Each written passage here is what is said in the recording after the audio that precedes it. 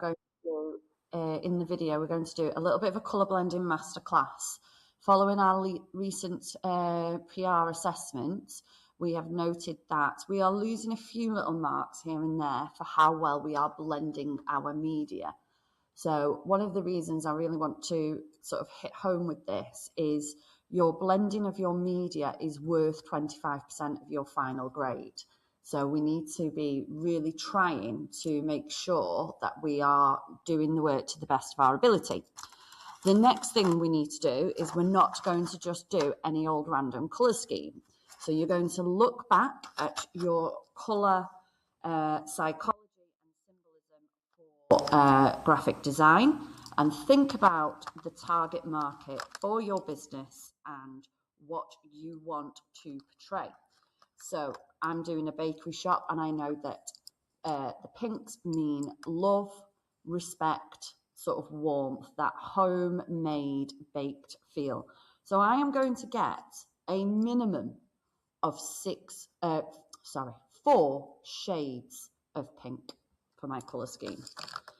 My next colour choice, I can either go into the colour wheel and pick a colour that is next to pink, so that would be purple or red, or I could keep it within the warm colours with the reds, the oranges and the yellows.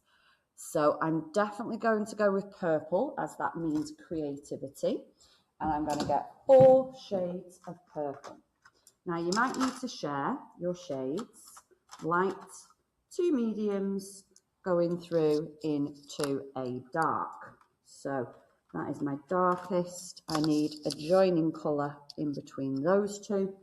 And I'm applying my colour theory. So thinking back to key stage 3, and I'm going to add that. Now I need a third colour. Okay, so I could go with blues, as that means loyalty and trust within graphic design, or I could go into sort of reds, which is more of an exciting or passionate colour. It's got bold, it's got energy. So I think for my target market, I'd be better with the blues. So again, a light, a medium, and some dark blues. Definitely going to go with that blue because it looks quite purpley. I think that'll blend quite nicely.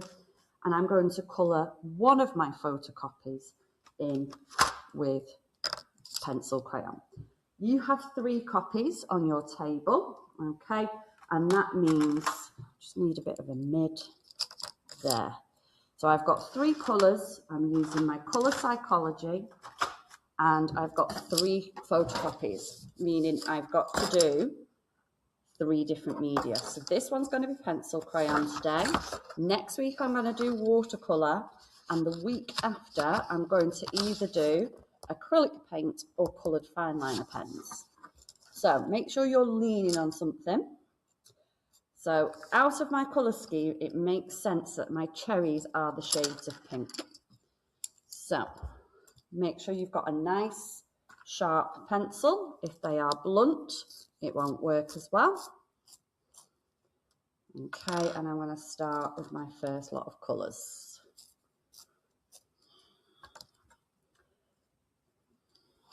Remember your teaching from year 8 and year 9 of not putting 2 of the same colour next to each other. So if that's pink, this needs to be a different colour underneath it. So I have to pre-plan where I'm putting colours. Always start with your lightest colour and work your way through your shades to your darker colour. Notice how I'm going around the edge of the cherry, curving over to try and get that 3D form in. I'm just going to turn my page so it is a little bit more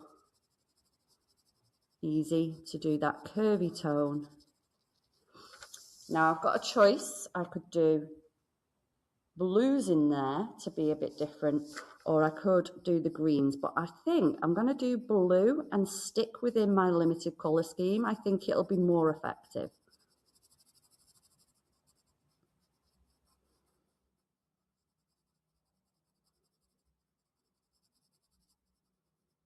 Notice how I'm going darker on this edge because there is a shine here, and I'm going to go darker on this edge because there is a shine there. I'm going to fade that in using some soft circular motions going round.